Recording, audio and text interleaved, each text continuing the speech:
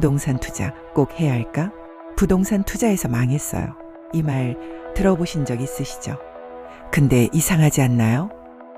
주변에 아파트 사서 손해봤다는 사람은 별로 없는데 오피스텔 샀다가 상가 샀다가 지역주택조합 들어갔다가 힘들어하는 사람은 왜 이렇게 많을까요? 부동산 투자라는 말 안에 사실은 완전히 다른 세계들이 공존하고 있습니다.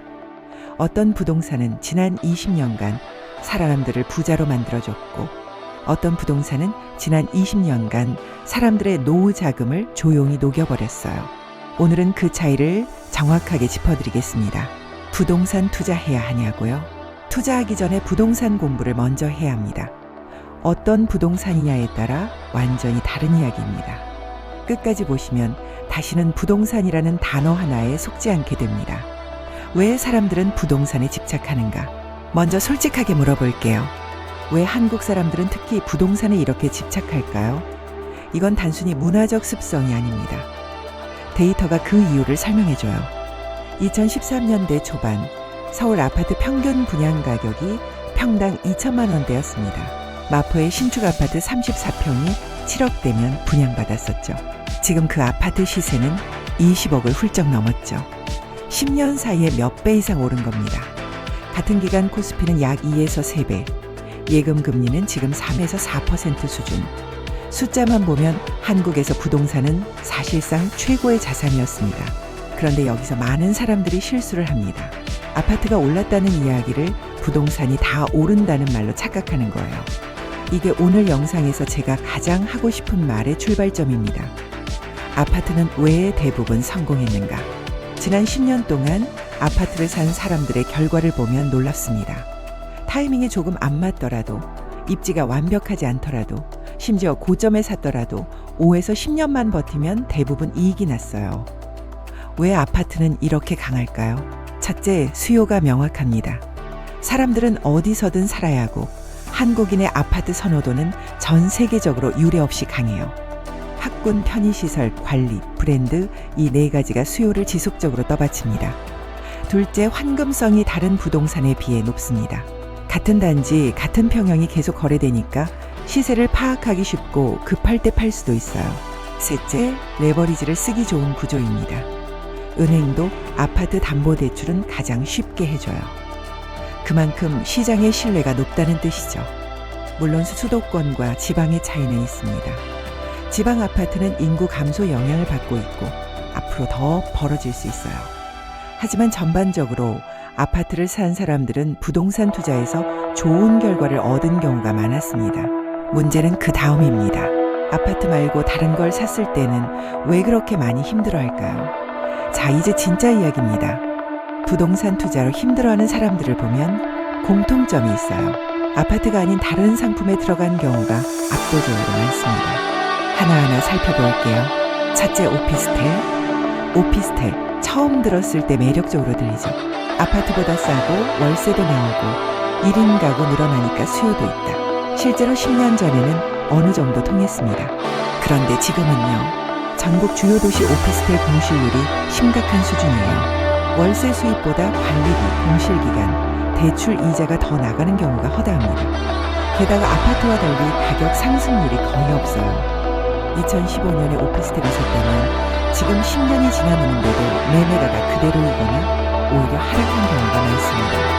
같은 기간 인근 아파트는 몇 배 올랐는데도 왜 이럴까? 오피스텔은 공급을 마음대로 늘릴 수 있습니다. 규제가 아파트에 비해 훨씬 높으네요. 공급이 많아지면 가격이 오를 수 없는 거죠. 둘째, 호텔 레지던스. 관광객 늘어나니까 호텔이 다르다.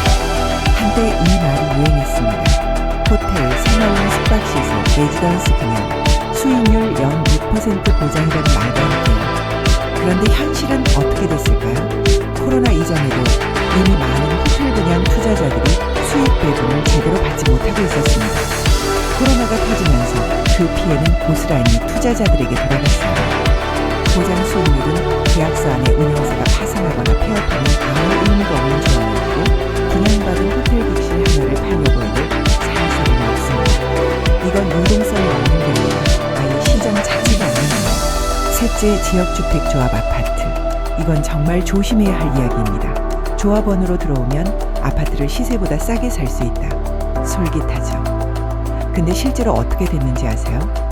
전국에서 수십 개의 지역주택 조합 사업이 지금 이 순간도 사업 중단 소송 분쟁 상태에 있습니다. 땅 확보가 안 됐는데 조합원을 먼저 모집하고 조합원이 낸 돈은 이미 다 써버렸는데 사업은 진행이 안 되고 탈퇴하려고 해도 탈퇴 환불이 안 되는 구조.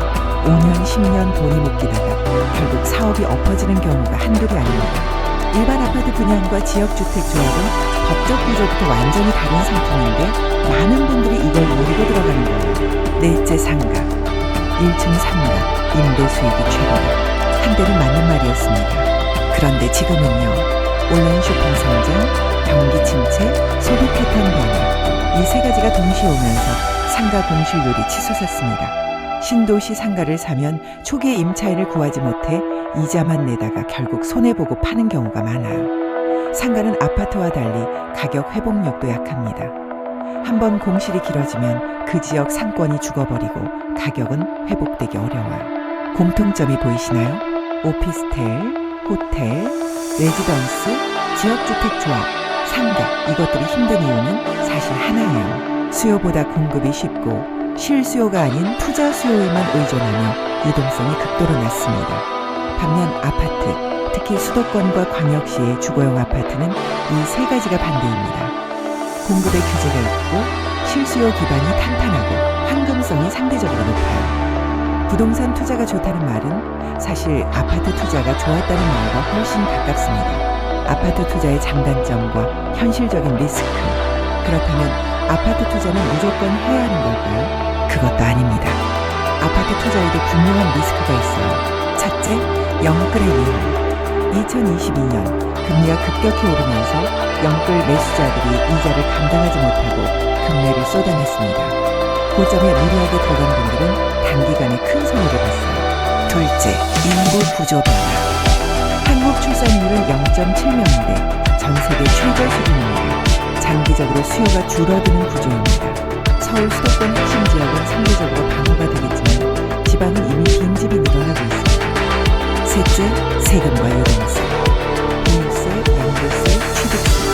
부동산은 보유만 해도 팔 때도 세금이 많이 나갑니다. 그리고 급하게 팔아야 할 상황이 오면 내가 원하는 가격에 팔 수 없어요.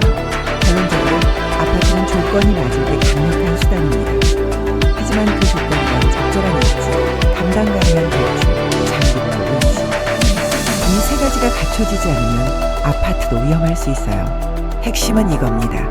부동산이라는 단어에 속지 말고 어떤 부동산이 내 상황에 맞는지 따져보는 것. 그게 진짜 부동산 투자의 시작입니다.